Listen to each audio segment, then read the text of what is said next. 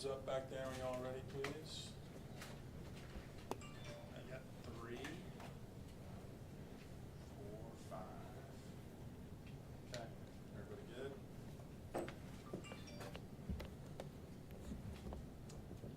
Good afternoon. I'm Forsyth County District Attorney Jim O'Neill. Yesterday, as most of you know, a student was charged at one of our high schools here with having a gun on educational property. It was just last week that we were all here with my crime fighters and my partners in crime fighting standing next to me and making it clear that we would not tolerate anyone assaulting a teacher.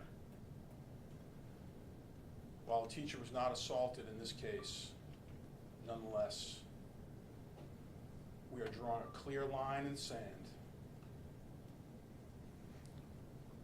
The overwhelming majority of students in the Winston-Salem Forsyth County school system do what they're supposed to do. They go to school every day to learn, and they behave, and they treat their teachers with respect. There are a handful, of course, that don't want to follow the rules. They don't want to be respectful, and they are a disruptive force in these schools. I have tremendous respect for our school superintendent. Tricia McManus is one of the hardest working people that I know. We have to figure out a way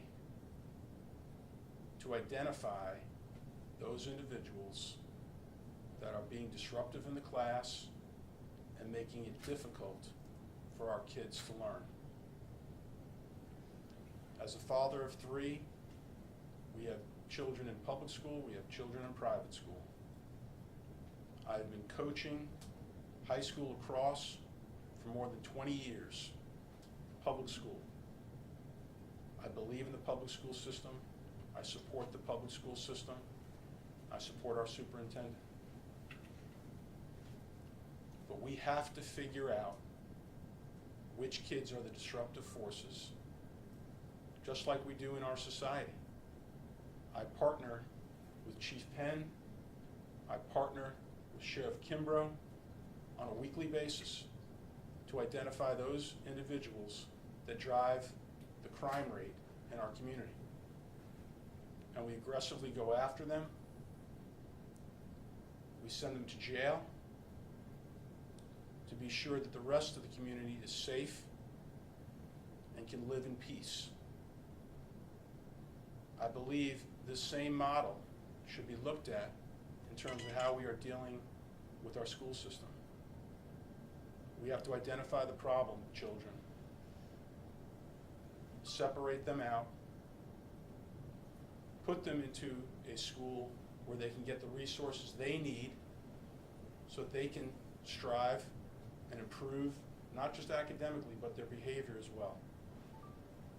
And I believe if we look at a model like that and consider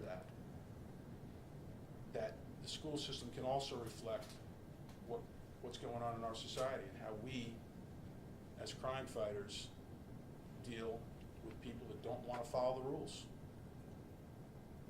But I reiterate again my support for our superintendent. I work with her constantly, and I know how hard she works and how much she cares. And we're fortunate to have someone like that here. But we have to re-examine what's happening right now in our school system and figure out a way to be sure that we're doing everything in our powers to keep kids safe.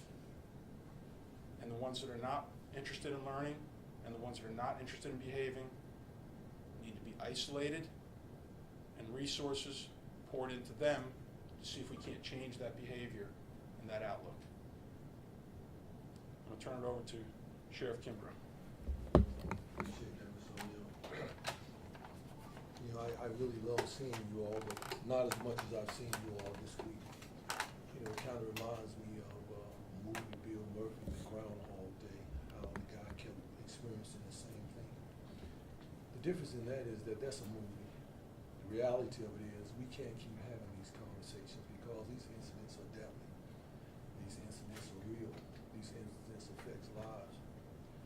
You know, I've been thinking about this since yesterday. I sat at home on my porch last night. I picked up a bad habit, smoking cigars again, trying to figure out, what do I say? And I thought about it. I owe the people the truth. The people want and they expect truth from me.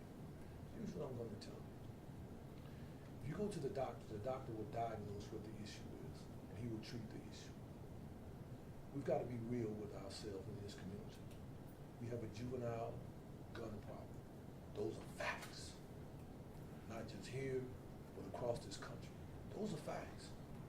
And once you identify what the facts are and you diagnose what the problem is, then you begin fixing it. We've had this conversation since 2019. It's time for metal detectors in every school we have. I've said that since 19. We can't keep moving down this road. I'm a believer that God gives you the warning before he gives you the chastisement. We can't keep having warnings, finding guns and weapons and knives. We can't keep having these incidents in our school. We can't. We cannot. We have got to find funding. We've got to support the school system. Whatever they need to make this happen, we have got to do that. Because here's what I will tell you. While we got blessed and a hedge of protection yesterday, we could all be crying today based on what happened yesterday. And we have to be honest about it. It's happening across this country. All of you saw the news feed Monday morning where the guy was in church and pulled out a weapon and the weapon jammed as he was trying to shoot the pastor. You saw that. We are no different because we're in Forsyth County. We're no different. We have fights. We have violence in our schools. We do. Every day. Every day. The school system needs our help in securing our schools. And those are facts. We've got to figure out a way to give them the funding, the resource, and I believe, and I have said it, and I believe that K through 12, from the front door to the back door to the side door to the playground, we need to make sure that our children, we need to make sure that our teachers are in a safe environment. Because here's what I will tell you. On my feed, I get emails, I get texts, people talking about how uncomfortable, how safe, how unsafe they're feeling. And what I want you to know is that I have no jurisdiction over the school system. I have a contract with the school system. I give whatever they provide, I provide whatever they ask for.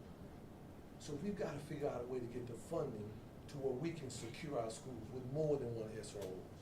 Anytime I send more than one SRO to a school, I'm pulling away from other resources. I'm pulling SRO deputies off the street.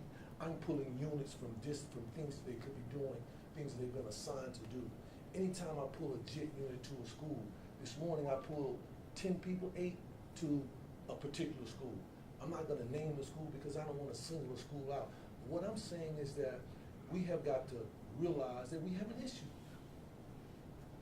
We can't pretend that it don't exist. Anytime you pretend that a problem don't exist, it manifests. We have an issue. And I have an obligation to speak truth. I have that obligation. The facts, the numbers don't lie. I see the numbers every day. They provided me with numbers this morning. They don't lie. And just like in the movie, if this keep happening, we are going to have an event that we do not want. All I'm saying to the community, all I'm saying to everybody, this is everybody's obligation to make sure that our schools are safe. It's public safety, as my chief would say. The public has to get involved. We've got to make sure that Ms. McManus has what she needs, the funding for metal detectors, the people to operate them. If we have a contract with GoPro, the people that do the Wake Forest games, the people that cover the courthouse, we have got to make the sacrifice. Because people pay for what they want. A budget is just a representation of what you feel is important. And at what point do we feel that our schools need to be secured. The greatest asset that we have in this community is our children. Those are facts. And every parent deserves to feel that when their kid goes to school, that he or she is coming back unharmed, undamaged, unscarred, unblemished. We owe them to that. And because the taxpayers demanded me to speak truth. They demanded me to speak it how I feel it. So what I'm asking you all is this: as a community, let's sit down and figure out how to get the funding. We know how to do it. We know how to secure the schools. But it's going to take money to make sure you have them in all of our schools. Because you can't say that, well, it ain't happening at this part of the school, so we don't need them. No, it has to be systematic. If one school has them, all schools should have them. Those are facts. We can no longer move like this. When we move like this, that's when we move into a danger zone. My hope and my prayers every day I pray the same prayer. Lord, please let us have a safe day. Let every child go home safely. Every child. We're coming into the months of the summer. We're coming into the warmer days. First thing this morning, we're dealing with situations at school. We can no longer move like this. We're flirting with danger. And we've got to prevent it. I'll yield my time to my Chief Penn. This is not where I wanted to be today. But here we go again, standing before you, talking about an incident in school that doesn't include homework assignments, field day, test scores, quizzes. As you all know, I'm local, so I'm a proud product of Winston-Salem Forsyth County Schools. So I want to let it be known that I stand with the school system and my partners in crime fighting the DA's office, Jim O'Neill, and Sheriff Kimbrough, in keeping our schools safe, not only for our students, but for our community. So as I'm standing here thinking about some of the issues, what comes to mind is what I normally say. Unaddressed issues in the home spill out into the streets, into the schools, into the malls. We all have a role in this. We absolutely have to step in. The sheriff said it, it's public safety. As law enforcement, we secure the hope and well-being of our community, and we need help in doing so. And the last thing I want to say, let's keep our school system in our prayers. Our kids, our teachers, our faculties are seeing things they shouldn't be seeing. So again, you can go back to my quotes from last time. I asked the community, stand together, start by taking care of home first, and coming together to help keep our community safe. Ultimately, there has to be some responsibility in the home. There has to be. Parents need to instill in their kids the absolute necessity to treat their teachers with respect and behave in the classroom. And parents need to instill in their children the need to respect other children in their classrooms. It has to start at home. Has to. And finally, the overwhelming majority of the kids in the Winston-Salem Forsyth County school system go to school every single day to learn and to get an education. That's what they do. It's our job up here to draw the clear line in the sand and let everybody know in this community we're going to protect our teachers, and we're going to protect the students out here. We're going to protect them. And we're going to continue to work and support our superintendent, because she works very hard at her job, and she needs our support too. Now, I know that you're going to have questions about the incident itself from yesterday. I understand that. But because this process is still in juvenile court, you will not have the student's name, you will not have any more information or details about it, as we are held to a different standard, and we cannot release that information. If you have general information or general questions regarding what we've talked about today, any of the three of us are happy to try and respond. But please understand our limitations, as the law doesn't allow us to publicly talk about some of the privacy issues. Yes, ma'am. Sheriff, I have a question for you. I was out there at Parkland earlier this afternoon, saw a lot of uniformed officers going into the building, and we were told that another incident happened this morning. Are you able to provide any information on what happened today? Again, we're dealing with juveniles. I can just tell you that there was a disturbance there this morning. That's what I can say. Yes, ma'am. I know you mentioned looking at numbers earlier today. Are you able to tell us what do the numbers say about guns and weapons in schools? Yeah, I'm able to give those numbers. Yeah, those numbers. You just want me to read them to you? Well, since school started in August, we have had 733 fights, affrays, simple assaults, aggravated assault, sexual assaults. We have retained 92 weapons from the schools, 70 knives, 14 other weapons, including stun gun, brass knuckles, and coup batons, and pepper spray.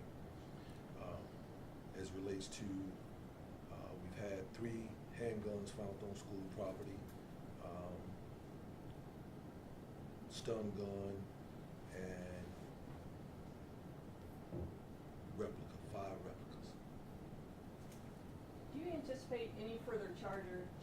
And in particular, when the superintendent spoke this morning, she mentioned that the juvenile got the gun from his house and was wondering if that's a situation where there could be improper storage of guns type of charge coming. That's a district attorney's question. I understand the question.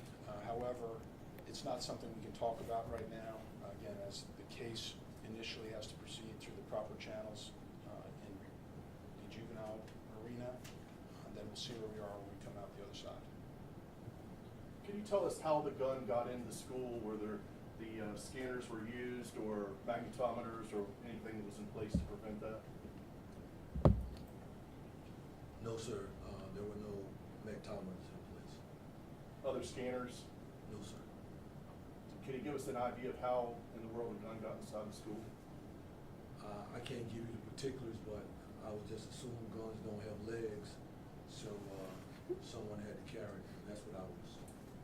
Could you give us a description of it's a handgun, a ghost gun, what kind of gun?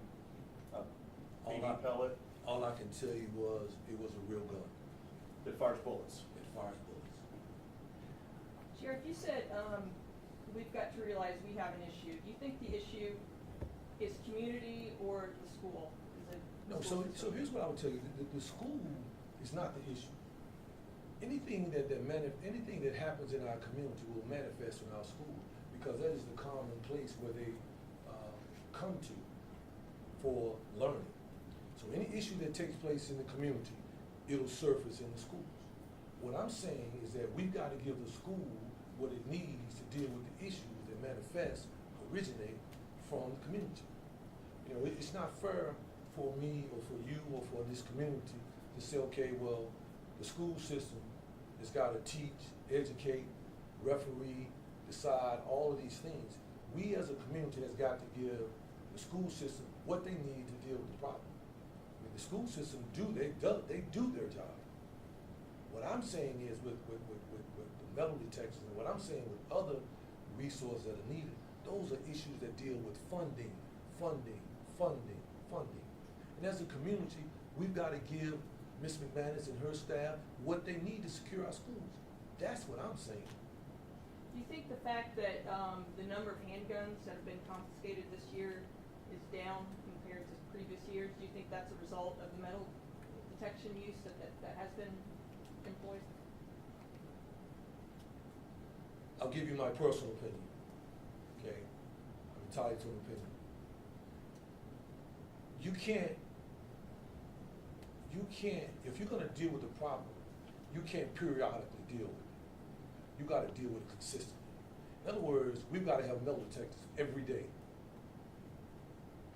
As a security expert, been in this game for 40 years, what I'm telling you is that we have a gun problem, not only just here, but in America. And if we have a gun problem in America and a gun problem in our community, then it would seem to me that you have to put some metrics and some things in place to deal with that.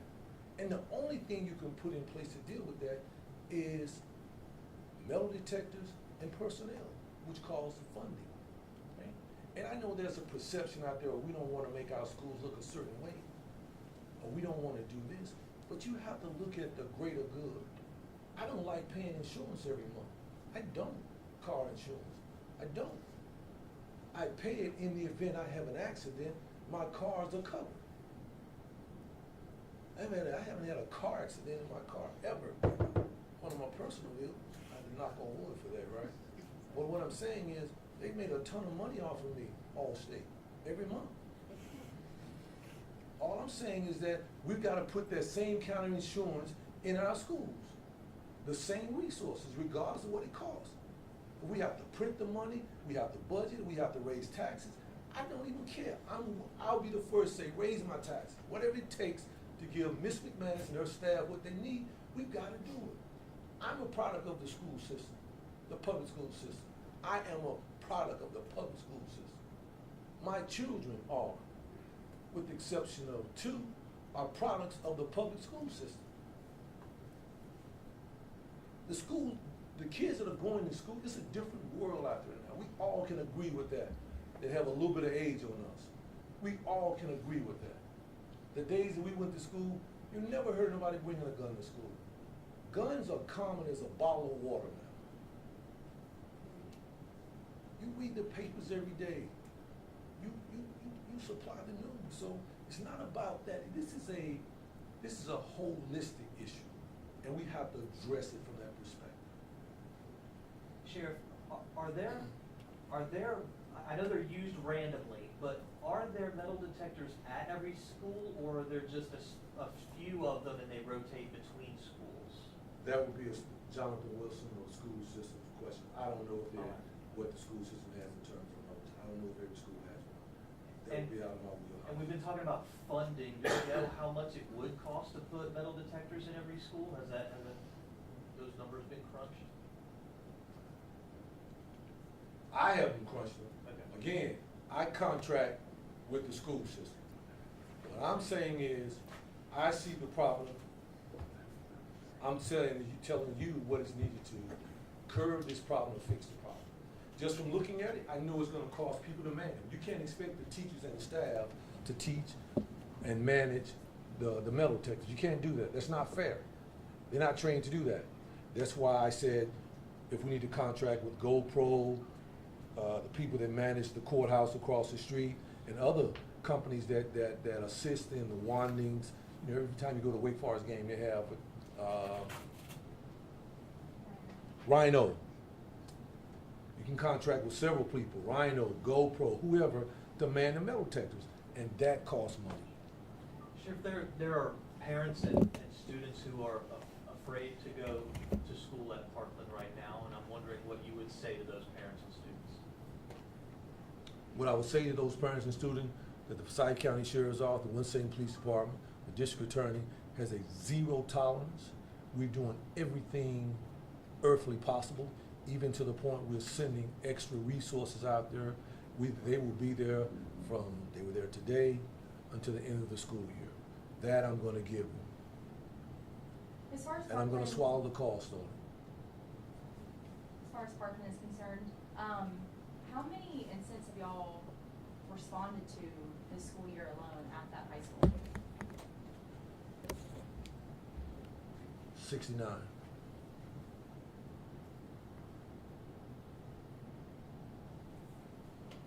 Sheriff, I understand that there was limited reaction when this happened to the people around this incident. Can you comment on that as to maybe it was muffled?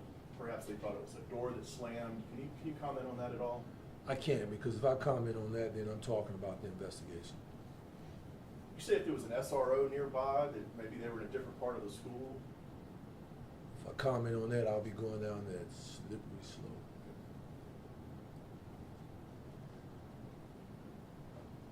I don't know if you know this or not, but is Parkland High School like your most visited school for responding to calls? Here's what I'm gonna say about that, right? I'm gonna reserve comment on that because I don't believe in stereotyping a school. I don't believe in saying one school is this or one school that. And honestly, I don't know the answer to that question. I'd have to research it. Do you have a number for how many calls you've responded to in your high schools in your county Well, this school year? as I said, thus far, there have been 733 assaults, fights, affrays, simple assaults, aggravated assault, sexual assaults. That's the schools that we secured. That doesn't include East Forsyth and the schools that Kernersville secured. That's just what the Forsyth County Sheriff's Office keeps record and data of. Sheriff, Got two more questions. The disturbance that you responded to today, can you say whether it was with or without weapons? What I can tell you is that, as far as I know, it was a disturbance. Altercation is a better word. That's all I can say about that. I appreciate you all. Mr. Neal, yes.